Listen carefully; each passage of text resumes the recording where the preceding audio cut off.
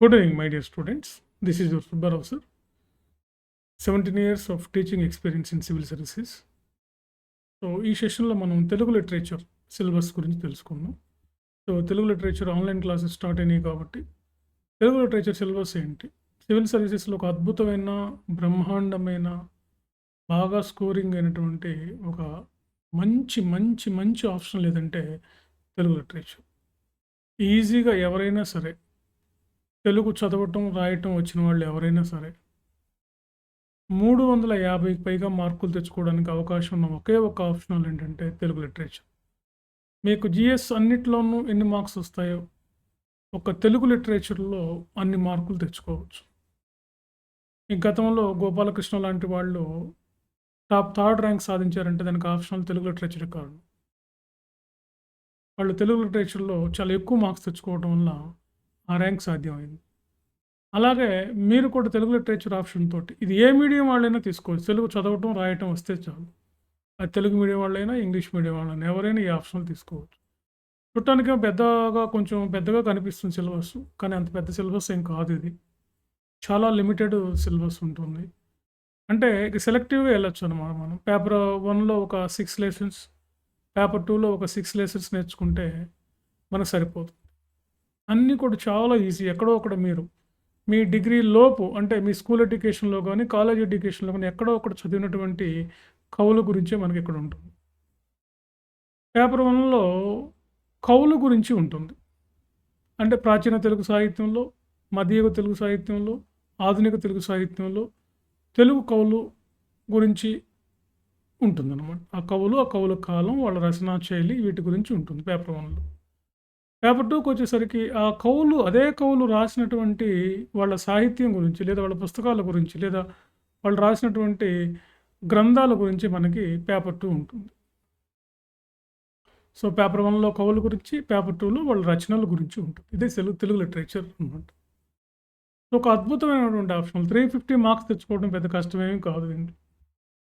ఈ గతంలో గోపాలకృష్ణ లాంటి వాళ్ళు 3rd ర్యాంక్ సాధించారంటే అది కేవలం తెలుగు లిటరేచర్ వల్లనే. జిఎస్లో ఎన్ని మార్కులు వస్తాయి, అన్ని మార్కుల కన్నా ఎక్కువ మార్కులు ఒక ఆప్షన్లోనే తెచ్చుకోవచ్చు. ఇంకొకటి ఏంటంటే మనకి పేపర్ 4 ఎథిక్స్ రాయడం కూడా చాలా ఈజీ అవుతుంది తెలుగు లిటరేచర్ వల్ల. ఎథిక్స్ పేపర్ కూడా మనకు చాలా హెల్ప్ అవుతుంది తెలుగు లిటరేచర్. తర్వాత ఐఆర్లో కొన్ని క్వశ్చన్స్ కూడా మనం తెలుగు లిటరేచర్కి ఐఆర్కి సంబంధం ఉంటుంది. కొన్ని క్వశ్చన్స్ మనకి హెల్ప్ అవుతాయి. మొత్తం మీద తెలుగు లిటరేచర్ అనేది ఒక అద్భుతమైనటువంటి ఆప్షన్లని మనం ఇక్కడ చెప్పొచ్చు. మరి ఇందులో ఏం సిలబస్ ఉంది తెలుగు లిటరేచర్లో? తెలుగు లిటరేచర్లో ఉన్న సిలబస్ ఏంటో చూద్దాం ఇప్పుడు మనం పేపర్ 1కి వచ్చేసరికి పేపర్ 1 మీకు యాజ్ యూజువల్గా ఆప్షన్లో ఎప్పుడు కూడా పేపర్ 1, పేపర్ 2 అని 2 ఉంటాయి. ఆప్షనల్ సబ్జెక్ట్ ఎప్పుడు కూడా మనకి 2 భాగాలుగా ఉంటుంది. Paper 1, paper 2. పేపర్ 1 ఒక 250 మార్క్స్కి, పేపర్ 2 250 మార్క్స్కి ఉంటుంది. మొత్తం టోటల్గా తెలుగు లిటరేచర్ అనేది మనకి 500 మార్క్స్కి ఉంటుంది. 500 మార్కులకి మొత్తం టోటల్గా ఉంటుంది. ఈ 500 మార్కుల్లో మనం 250 నుంచి మీ ఇష్టం ఇంకా 350 వరకు తెచ్చుకోవచ్చు. 350 ప్లస్ తెచ్చుకున్న వాళ్ళు కూడా ఉన్నారు. ఇక్కడ ఎక్కడ తెచ్చుకున్నా మీకు జాబ్ వచ్చేస్తుంది. కాకపోతే ఈ పేపర్లో 300 పైన తెచ్చుకోవడం చాలా easy compare to other options like our public administration, anthropology, PSIR and history, sociology. వీటితో పోల్చినప్పుడు ఇట్స్ వెరీ ఈజీ. చాలా ఈజీగా 2 నెలల్లో మనం ఎక్కువ మార్క్స్ తెచ్చుకోవడానికి అవకాశం ఉన్నటువంటి ఆప్షన్. మరి ఏముంది తెలుగు సాహిత్యంలో సిలబస్? ఒకటి ఇక్కడ మీరు గుర్తుపెట్టుకోవాలి, సాహిత్యం అనగానే ఇక్కడ సంస్కృతం ఏమి ఉండదు, గ్రాంధికము ఉండదు. కేవలం వాడుక భాష మాత్రమే ఉంటుంది. వాడుక భాష మాత్రమే ఇక్కడ ఉంటుంది. రండి చూద్దాం ఏమున్నాయి సిలబస్లో. సో ఫస్ట్ పేపర్ 1లో మనం 2 పార్ట్లు ఉంటాయి అన్నాం. పేపర్ 1లో part A, part B. Part 1లో చూడండి మనకి ఫస్ట్ ఏంటంటే ద్రావిడ భాషల్లో తెలుగు స్థానం. అంటే ద్రావిడ భాషలు అంటే దక్షిణ భారతదేశంలో మాట్లాడే భాషలను ద్రావిడ భాషలు అంటారు. వాటిల్లో తెలుగు స్థానం ఎట్లా? అంటే మన మన మన పరిస్థితి ఏంటి? తెలుగు భాష ఎట్లా ఉంది అక్కడ? దీని యొక్క స్థానం ఏంటి అని తెలుసుకోవటం. దీని ఎప్పటి నుంచి వచ్చింది? దీన్ని ఎలా ఇది పరిణామం చెందింది అని తెలుసుకోవడం. అందుకే ఆంధ్రం, తెలుగు, తెనుగు పదాల పుట్టు పూర్వోత్తరాలు ఎవ్రీ ఇయర్ దీని నుంచి మనకి 1 క్వెషన్ కంపల్సరీగా వస్తుంది ఎవ్రీ ఇయర్. మన క్లాస్ నోట్స్‌లో ఫస్ట్ క్వెషన్ ఇదే ఉంటది. ఆల్మోస్ట్ ఆల్ మన క్లాస్ నోట్స్‌ని ఒక్కటి కూడా మిస్ అవ్వదు. అన్నీ మన క్లాస్ నోట్స్ నుంచే వస్తాయి. రెండవది చూడండి, మూల ద్రావిడాలలో వర్ణాలు, పదాలు, వ్యాకరణాంశాలు, వాక్యము మొదలైన వాటిని తెలుగులో పరిణామం చెందినటువంటి విధానం. అంటే మూల ద్రావిడ భాష నుంచి తెలుగు భాష ఏర్పడింది. మూల ద్రావిడం అంటే ద్రావిడ భాషల్లో ప్రాచీన ద్రావిడం నుంచి తెలుగు అనే భాష ఎలా వచ్చింది? అంటే మూల ద్రావిడం నుంచి తెలుగు, కన్నడ, మలయాళం ఇలా కురు, కువి ఈ భాషలన్నీ కూడా మూల ద్రావిడం నుంచే వచ్చాయి. ఆ మూల ద్రావిడంలో ఉన్నటువంటి వర్ణాలు తెలుగులోకి ఎట్లా వచ్చాయి? తెలుగులో వర్ణాలు ఏ విధంగా ఏర్పడ్డాయి? మూల ద్రావిడం నుంచి తెలుగులోకి. ఆ పదాలు ఎలా వచ్చాయి? వ్యాకరణాంశాలు అంటే గ్రామర్ ఎలా వచ్చింది? వాక్యం అంటే సెంటెన్స్ ఫార్మేషన్ ఎలా వచ్చింది? ఇది మనకి రెండవ చాప్టర్ అనమాట. ఈ 2 ప్రతి సంవత్సరం డెఫినెట్‌గా దీని నుంచి ఒక క్వెషను, దీని నుంచి ఒక క్వెషన్ వస్తున్నాయి. ఇక మూడవది చూడండి, ప్రాచీన ఆంధ్ర భాష, నవీన వ్యవహారిక భాష పరిణామం చెందిన విధానం. ప్రాచీన ఆంధ్ర భాష నుంచి నవీన భాష, వ్యవహారిక భాష ఏ విధంగా మనకి అవతరించింది అనే దాని గురించి ఇక్కడ ఎవ్రీ ఇయర్ ఒక క్వెషన్ వస్తుంది. మీరు పాత క్వెషన్ పేపర్ చూడండి. అంటే ప్రాచీన ఆంధ్ర భాష నుంచి ప్రస్తుతం మనం మాట్లాడే భాష. మనం మాట్లాడే ఇప్పుడు ఏదైతే మాట్లాడుతున్నామో, ఇప్పుడు నేను ఏదైతే మాట్లాడుతున్నానో దీన్ని వ్యవహారిక భాష అంటారు. ఇది ఏ విధంగా వచ్చింది అనేది. దీనికోసం మనకి గిడుగు రామ్మూర్తి గారు మనకి వ్యవహారిక భాష ఉద్యమ పితామహుడిగా చెప్తారు ఆయన్ని. గిడుగు రామ్మూర్తి గారు వ్యవహారిక భాష ఉద్యమాన్ని తీసుకొచ్చి అప్పటికి మన తెలుగుపై ఉన్న మరాఠా, ఉర్దూ ఇతర భాషలపై తిరుగుబాటు చేసి మన గ్రంథాలు, మన రచనలు, మన ఉపన్యాసాలు, మన పత్రికలు ఇవన్నీ కూడా తెలుగులో ప్రచురించడానికి ఈయన ఎంతగానో ఈ ఉద్యమాన్ని నడిపించారు. అందుకే దీని వ్యవహారిక భాష ఉద్యమ పితామహుడు గిడుగు రామ్మూర్తి గారు. ఎవ్రీ ఇయర్ ఆయన మీద కూడా క్వశ్చన్ వస్తుంది. తెలుగుపై అన్య భాషల ప్రభావం 4వ చాప్టర్ కానీ మనం చూసినట్లయితే తెలుగుపై అన్య భాషలు అంటే ఇతర భాషలు. తెలుగుపై ఇతర భాషల ప్రభావం ఏంటి? ప్రస్తుతం తెలుగుపై ఇతర భాషల ప్రభావం ఎలా ఉంది? ఎవ్రీ ఇయర్ ఒక క్వశ్చన్ వస్తుంది. ఇప్పుడు ఎలా ఉంది మనకి ఇతర భాషల ప్రభావం? మనకి ఇంగ్లీష్ ప్రభావం ఎక్కువ ఉంది, ఉర్దూ ప్రభావం ఉంది, అదేవిధంగా తమిళ ప్రభావం ఉంది, కన్నడ ప్రభావం ఉంది. సో ప్రధానంగా ఒరియా ప్రభావం ఉంది మనకి. శ్రీకాకుళం ఆ జిల్లాల్లో ఒరియా ప్రభావం ఉంటుంది. అనంతపురం ఆ ప్రాంతాల్లో కన్నడ ప్రభావం కనపడుతుంది. నెల్లూరు ఆ ప్రాంతంలో, చిత్తూరు, నెల్లూరు ప్రాంతంలో తమిళ ప్రభావం కనపడుతుంది. హైదరాబాద్ ప్రాంతంలో ఉర్దూ ప్రభావం కనపడుతుంది. అదేవిధంగా మొత్తం టోటల్గా మన తెలుగు భాషపై యూరోపియన్ లాంగ్వేజ్ అయినటువంటి ఇంగ్లీష్ ప్రభావం ఎక్కువ కనపడుతుంది. అంటే ఏ విధంగా ఆ భాషల యొక్క పదాలు మన తెలుగులో ప్రవేశించాయి అని చెప్పుకోవడం అన్నమాట ఇక్కడ. తర్వాత మూల మాండలికాలు అంటే ఏంటి? చూడండి, ఇవన్నీ ఇంపార్టెంట్ అనమాట. ఇవన్నీ ఎప్పుడూ వస్తున్నటువంటి క్వశ్చన్లే. దానికన్నా ముందు ఏంటంటే 5వ చాప్టర్ కానీ చూస్తే భాష ఆధునికీకరణ, తెలుగు ఆధునికీకరణకు భాషాభివృద్ధికి జరిగినటువంటి ప్రయత్నాలు.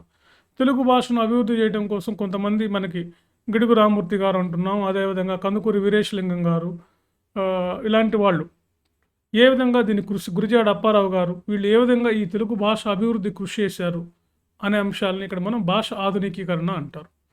తర్వాత దీని నుంచి కూడా ఎవ్రీ ఇయర్ ఒక క్వశ్చన్ వస్తుంది. తర్వాత చూడండి, మాండలికం అంటే ప్రాంతీయంగా మనం మాట్లాడే భాషనే మాండలికం అంటారు. చూడండి, మనకు చాలా మాండలికాలు ఉన్నాయి. తెలంగాణ మాండలికం, ఆంధ్ర మాండలికం, రాయలసీమ మాండలికం అని. మాండలికం అంటే మనం ప్రాంతీయంగా మాట్లాడే ఉచ్చరించేటటువంటి భాషనే, ప్రాంతీయ భాషనే లోకల్ డైలెక్ట్ అంటారు ఇంగ్లీష్లో. ఈ లోకల్ డైలెక్ట్నే మాండలికం అంటారు. మీకు తెలిసే ఉంటుంది, రాజమౌళి బాహుబలిలో కిల్కి మాండలికాన్ని ఒకదాన్ని కనిపెట్టాడు, ఒక భాషని ఆయనే కనిపెట్టాడు. ఆయనకు నచ్చిన విధంగా రాసి దాన్ని పలికించాడు. అట్లా అనమాట.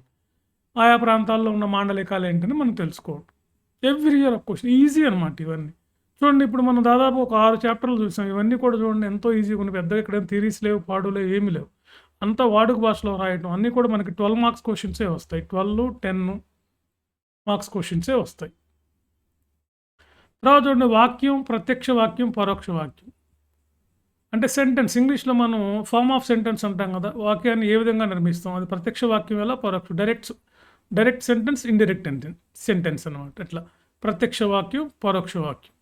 సో, మనకి ఇదొక చాప్టర్. దీని నుంచి కూడా ఎవ్రీ ఇయర్ ఒక క్వెషన్ వస్తుంది. తర్వాత అనువాదాలు. అనువాదాలు అంటే ట్రాన్స్‌లేషన్. ఒక మూల గ్రంథం నుంచి ఏ విధంగా మనకి వ్యవహారిక భాషలోకి లేదా మనం మాట్లాడే భాషలోకి మనం ఏ విధంగా తర్జుమా చేయడం. అనువాదం అంటే ఒక భాషలో నుంచి ఇంకో భాషలోకి ఆ గ్రంథాన్ని తర్జుమా చేయడాన్ని అనువాదం అంటాం. అదే మనం ఇప్పుడు డబ్బింగ్ సినిమాలు అంటాం కదా! హిందీ, తమిళ్, కన్నడ, మలయాళ సినిమాలను ఏ విధంగా తెలుగులోకి డబ్ చేస్తున్నామో దాన్ని అనువాదం అంటాం. సో, అనువాదం అంటే మనకి నన్నయ్య రాసినటువంటి ఆంధ్ర మహాభారతాన్ని వ్యాసుడు రాసినటువంటి ఆంధ్ర మహాభారతం నుంచి మనకి తెలుగులోకి రాయటం జరిగింది. అంటే అది లక్ష్య భాష అంటారు. మూల భాష నుంచి లక్ష్య భాషలోకి మార్చడం. లక్ష్య భాష అంటే ప్రస్తుతం మనం వాడుక భాష. అంటే మనం మాట్లాడే భాషని లక్ష్య భాష అంటాం. సో, మా మూల భాష అంటే సంస్కృతం నుంచి దీన్ని లక్ష్య భాషలోకి మార్చడం అనమాట. కాబట్టి ఈ విధంగా మనకి ఉన్నటువంటి ఇవి ప్రధానంగా మనకు పార్ట్ ఏలో చూడండి నేను. ఈ పార్ట్ ఏలో మీకు అన్నిటి నుంచి క్వెషన్స్ వస్తాయి. కాబట్టి మనం ఏవైనా ఈ పార్ట్ ఏలో ఏవైనా 5 చదువుకుంటే చాలు. 4 అట్‌లీస్ట్ 4 లేదా 5 చదువుకుంటే మనకు సరిపోతుంది. ఇంక పార్ట్ బికి రండి. పార్ట్ బిలో కానీ చూసినట్లయితే మనం ఫస్ట్‌ది ప్రాగ్నన్న యుగంలో తెలుగు సాహిత్యం.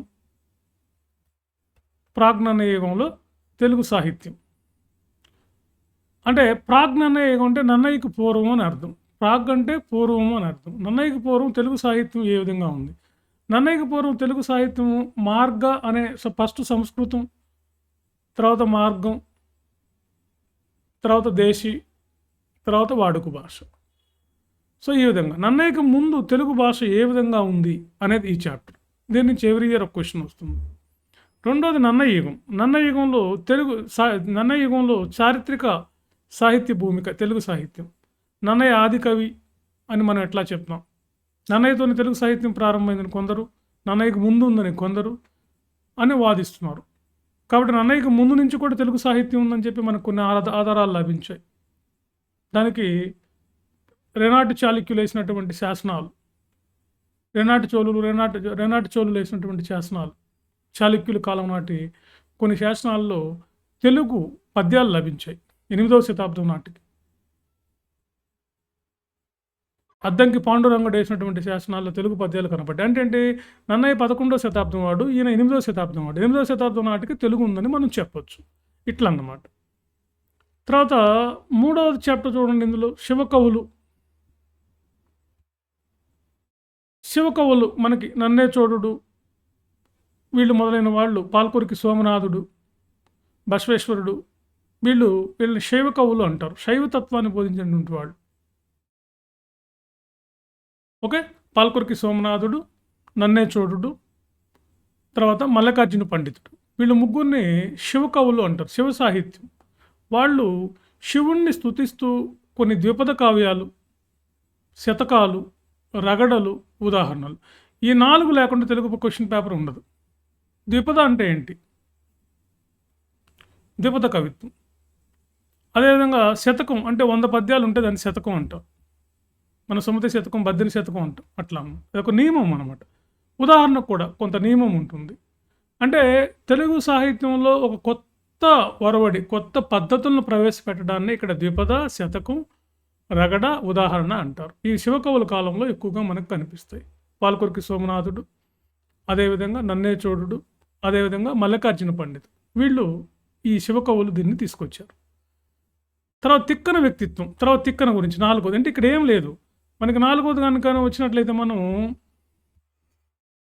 తిక్కన వ్యక్తిత్వం అంటే తిక్కన యొక్క ఆంధ్ర మహాభారతం నేను రాసినటువంటి మనకి శ్రీకృష్ణ రాయబారం ఉంది. అంటే ఇక్కడ ఏంటంటే తిక్కన కవితా విశేషాలు. తిక్కనలో ఏం కనిపిస్తుంది? మనకి నాటకీయత కనిపిస్తుంది. నన్నయ్యలో అక్షర రమ్యత కనిపిస్తుంది. తిక్కనలో నాటకీయత. అక్షర రమ్యత అంటే మంచి మంచి పదాలతో, మంచి మంచి ధ్వనులతోటి, మంచి ఔచిత్యం కలిగినటువంటి వర్ణనతోటి కూడినటువంటి రచనలే మనకి నన్నయ్యలో కనిపిస్తే, తిక్కనలో నాటకీయత అంటే డ్రమటిజం కనపడుతుంది. మన కళ్ళ ముందే పాత్రలు తారాసపడుతూ, మన కళ్ళ ముందే పాత్రలు తిరుగుతున్నట్టుగా రాస్తారు. దాన్ని నాటకీయత అంటారు. సో, ఇదనమాట. కాబట్టి ఇక్కడ ఫస్ట్ నన్నయ్య, తిక్కన అంతే. సింపుల్‌గా చెప్పాలంటే నన్నయ్యకి ముందు, నన్నయ్య కాలంలో, శివకవుల కాలంలో, తిక్కన కాలంలో. సింపులే కదండీ! తర్వాత చూడండి ఎర్రన్న రచనలు. ఎర్రన్న. ఐదవది ఎర్రన్న రచనలు. నన్నయ్య, తిక్కన తర్వాత ఎర్రన్న. ఎందుకంటే ఆంధ్ర మహాభారతాన్ని రాసింది నన్నయ్య, తిక్కన, ఎర్రన్న. వీళ్ళనైతే కవిత్రయం అంటారు. నన్నయ్య 2.5 పర్వాలు రాశారు. తర్వాత తిక్కన ఒక 15.5 పర్వాలు రాశారు. ఒక అరపర్వాన్ని ఎర్రన్న పూర్తి చేశాడు. కాబట్టి ఎర్రన్న గురించి అడుగుతాడు. తర్వాత మనకు శ్రీనాథుడు. ఇక వీళ్ళ తర్వాత ఆ స్థాయిలో ఉన్నటువంటి గొప్ప మహాకవి, కవినాథ సార్వభౌముడు శ్రీనాథుడు. కవి సార్వభౌముడు శ్రీనాథుడు. ఈయన 15వ శతాబ్దానికి చెందినటువంటి వాడు. కాబట్టి శ్రీనాథుడి కవిత విశేషాలు. తర్వాత శ్రీనాథుడు తర్వాత భక్తి కవులు. భక్తి కవులు అనగానే మనకు గుర్తుకొచ్చేది ముగ్గురు. వాగ్గేయకారుడు అన్నమయ్య, తాళ్లపాక అన్నమయ్య. ఆయన సంగీతం, ఆయన రాసినటువంటి కీర్తనలు, అదేవిధంగా త్యాగయ్య, అదేవిధంగా మనకి రామదాసు. వీళ్ళు భక్తి కవులు అంటారు. వీళ్ళు భక్తిని బోధిస్తూ దాని మరుగున వీళ్ళు సామాజిక అభివృద్ధికి కావాల్సినటువంటి సాహిత్యాన్ని అందించారు. బ్రహ్మం ఒక్కటే, పరబ్రహ్మం ఒక్కటే అని అన్నారు. అంటే దాంట్లో ఏం కనపడుతుంది? బ్రహ్మ ఒకటే, పరబ్రహ్మ ఒకటే అని. సామాజిక సమానత్వం కనిపిస్తుంది. రైట్. ఇట్లా వాళ్ళ రచనల్లో రామదాసులో కానీ, అన్నమయ్యలో కానీ, క్షేత్రయ్యలో కానీ, త్యాగయ్యలో కానీ వాళ్ళలో ఒక సాహిత్య దృక్కోణం ఉందన్నమాట. ఆ సాహిత్య దృక్కోణంతో పాటు సామాజిక స్పృహ, సామాజిక అభివృద్ధి కూడా కనిపిస్తుంది. కాబట్టి మనం అడిగే క్వశ్చన్లు ఎట్లా ఉంటుంటే అన్నమయ్య కీర్తనలో ఉన్నటువంటి ఆ సామాజిక దృక్కోణాన్ని గూర్చి రాయండి అంట. ఇట్లా అనమాట. కాబట్టి తర్వాత ప్రబంధ యుగం అంటే సంస్కృత కవులు వల్లసాని పెద్దన్న, మనుచరిత్ర, అదేవిధంగా ఎర్రన్న, సూరన్న వీళ్ళు రాసేటువంటి వాటిని ప్రబంధ కవిత్వం అంటారు. తర్వాత దక్షిణాంధ్ర కవిత్వ యుగం అంటే తెలుగులో వచ్చినటువంటి కొత్త పద్ధతులు, మరో కొత్త పద్ధతులు. అంటే 16-17 శతాబ్దంలో మనకు వచ్చింది యక్షగానం. అంటే నృత్యిస్తూ పాడుతూ ఉంటాను యక్షగానం అంటారు. తర్వాత త్యాగరాజు కృతులు, యోగి వేమన రాసినటువంటి వేమన పద్యాలు. ఇలా తెలుగు సాహిత్యంలో ఒక కొత్త పద్ధతులు వచ్చాయి. తర్వాత మనకి మకుటం కనపడటం. మకుటం అంటే ఒకటే పదాన్ని మళ్ళీ మన చివరిలో కూడా దాన్నే ఉచ్చరించడాన్ని మకుటం అంటారు. స్వదాభిరామ వినురవేమ అట్లా అనమాట. దాన్ని మకుటం అంటారు. మకుటం ఇవన్నీ కూడా మనకి ఇక్కడ కనిపించినటువంటి కొత్త పద్ధతులు. మధ్యయుగంలో తెలుగు సాహిత్యంలో దక్షిణాదిలో కనపడినటువంటి మరో కొత్త పద్ధతులు ఏంటంటే మనకి ఇవన్నమాట. ఇది పార్ట్ బిలో ఉన్నటువంటి వాటిల్లో మరికొన్ని. నెక్స్ట్ పార్ట్ బిలో ఇంకా చివరిగా మనం చూసినట్లయితే అప్పుడు అంటే దక్షిణ భారతదేశంలో వచ్చినటువంటి కొత్త పద్ధతులు ఏంటంటే ఇవే అనమాట. జాన తెలుగు అంటే జానపద తెలుగు. జానపదులు అంటే గ్రామీణ ప్రాంతాల్లో చదువులు అనేటువంటి వాళ్ళు మాట్లాడే భాషనే జాన తెలుగు అని అంటాం అనమాట. జాన తెలుగు. అదేవిధంగా పాల్కురికి సోమనాథుడు రాసినటువంటి రచనలు, రగడ, ఉదాహరణ ఇందాకే మనం అనుకున్నాం ఇవన్నీ. తర్వాత 10వ చాప్టర్లో తెలుగు సాహిత్య ప్రక్రియల్లో కొత్త పద్ధతులు వచ్చాయి ఆధునిక కాలంలో. ఏదైనా ఆధునిక సాహిత్యంలో అని అనొచ్చు మనం. ఉదాహరణకి నవల, కథానిక, నాటిక మొదలైన కొత్త ప్రక్రియలు వచ్చాయి. ఇప్పుడు నావెల్ అంటున్నాం, షార్ట్ స్టోరీస్ అంటున్నాం, తర్వాత డ్రామాలు అంటున్నాం, తర్వాత సీరియల్స్ అంటున్నాం. వీటినే మనం అంటే ఆధునిక యుగంలో 17వ శతాబ్దం కాలం నాటికి ఇవి తెలుగు సాహిత్యంలో ప్రవేశించాయి. కాబట్టి నవల మీద క్వశ్చన్ లేకుండా ఎవ్రీ ఇయర్ క్వశ్చన్ వస్తుంది నవల మీద. ఇందాక మనం ఎట్లా ఉదాహరణ, రగడ, జాన తెలుగు, పద కవితలు, ద్విపద వీటి మీద ఎట్లా క్వశ్చన్లు వస్తున్నాయో అలాగ వస్తాయి. Very very important chapter. తర్వాత మనకు సాహిత్య ఉద్యమాలు ఎలా జరిగాయి. తర్వాత దిగంబర కవులు, స్త్రీవాదులు, దళితవాదం. స్త్రీవాదం మీద ఫెమినిజం అంటారు. అంటే స్త్రీలను సపోర్ట్ చేస్తూ రాసే కవితల్ని స్త్రీవాదం అంటారు. జానపద సాహిత్యం అన్నాం. జానపద కళలు, జానపద సాహిత్యం, జానపద కళలు మీకు తెలిసినవే. వాటి మీద క్వశ్చన్. ఇది కూడా మనకి పేపర్ 1 అన్నమాట. ఇక పేపర్ 2లో వాళ్ళ రచనలు అన్నాం. పేపర్ 2లో వెరీ సింపుల్. పేపర్ 2లో ఏంటంటే ఒక 100 మార్క్స్ మనకి వ్యాఖ్యానాలు వస్తాయి. వ్యాఖ్యానాలు అంటే వాళ్ళు రాసినటువంటి పద్యాన్ని ఒకదాన్ని మీ క్వశ్చన్ పేపర్లోనే ప్రింట్ చేస్తారు. దానికి ఆ పద్యానికి సంబంధించినటువంటి కొన్ని అంశాలు మీరు రాయాలి. పద్యంలో ఏ లక్షణాలు ఉన్నాయి, ఏ వర్ణాలు ఉన్నాయి, ఆ పద్యంలో ఏమి రసం ఉంది, ఆ పద్యంలో ఏమి ఔచిత్యం ఉంది, ఆ పద్యంలో ఉన్నటువంటి అలంకారాలు ఏంటి, ఆ పద్యంలో ఉన్నటువంటి లక్షణాలేంటి? లక్షణాలంటేనే అలంకారం, ఛందస్సు ఇవన్నమాట. అంటే పద్యాన్ని మనం ఘన విభజన చేస్తే సరిపోతుందన్నమాట.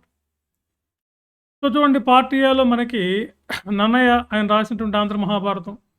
అదేవిధంగా పేపర్ 2లో పార్ట్ ఏలో తిక్కన ఆంధ్ర ఇవన్నీ ఇందాక పేపర్ 1లో అక్కడ కవుల గురించి, ఇక్కడ వాళ్ళ రచనల గురించి. శ్రీనాథుడు ఇందాక అక్కడ రిపీట్ అయ్యారు కదా! పెంగళి సూరన్న, కళాపూర్ణోదయం, మొల్ల రామాయణం, అదేవిధంగా కాసుల పురుషోత్తమ కవి ఆంధ్ర నాయక శతకం. ఈ పుస్తకాల మీద పార్ట్ ఏ ఉంటుంది. వీటి నుంచి ఒక వ్యాఖ్యానం వస్తుంది, ఒక షార్ట్ క్వశ్చన్ వస్తాయి. ఒక్కొక్క దానికి ఒక్కొక్క వ్యాఖ్యానం, ఒక షార్ట్ క్వశ్చన్. తర్వాత పార్ట్ బిలో చూడండి గురజాడ అప్పారావు ఆణిముత్యాలు, విశ్వనాథ సత్యనారాయణ గారు రాసినటువంటి ఆంధ్ర ప్రశస్తి, దేవులపల్లి కృష్ణశాస్త్రి కృష్ణపక్షం, శ్రీశ్రీ మహాప్రస్థానం, జాషువా గబ్బిళం, నారాయణ రెడ్డి కర్పూర వసంతరాయలు, శారద లేఖలు. ఇంతవరకు ఏమో ఆధునిక సాహిత్యం. ఆధునిక సాహిత్యంలో కూడా ప్రతిదాని నుంచి ఒక వ్యాఖ్యానం, ఒక క్వశ్చన్ వస్తుంది. అంటే గురజాడ అప్పారావు గారు రాసినటువంటి ఆణిముత్యాల గురించి, విశ్వనాథ సత్యనారాయణ గారు రాసినటువంటి ఆంధ్ర ప్రశస్తి గురించి, దేవుడిపల్లి కృష్ణశాస్త్రి గారు రాసినటువంటి కృష్ణపక్షం గురించి, శ్రీశ్రీ గారు రాసినటువంటి మహాప్రస్థానం, జాషువా గారు రాసిన గబ్బిళం, నారాయణ రెడ్డి గారి కర్పూర వసంతోత్సవం లేదా కర్పూర వసంతరాయలు అంటారు. చూడండి వీటిల్లో ఏవైనా ఒక 4, ఇందులో ఒక 4 నేర్చుకుంటే చాలు. ఇక్కడ 4, ఇక్కడ 4, 8 కథం. తర్వాత చూడండి ఇంకా మనకి చివరిలో ఇవి మనకేమంటారంటే నాన్ డీటెయిల్స్ అంటారు, నాటకాలు. అంటే కనపర్తి వరలక్ష్మి రాసినటువంటి శారద లేఖలు, ఆత్రేయ రాసిన అంజీవ నాటకం, రాచకొండ విశ్వనాథ శాస్త్రి. ఈ 3 గురించి ఎస్ఏ క్వశ్చన్స్ 2 వస్తాయి కంపల్సరీగా. So this is the total Telugu literature syllabus. Very very easy అనమాట. అంతా మనకు తెలిసిందే. ఎక్కడేం గ్రాంధికం లేదు, సంస్కృతం లేదు, ఇంకేమీ లేదనమాట. Okay friends. సో అందుకని మీరు ఇది చాలా ఈజీ సిలబస్ అనమాట. Okay right.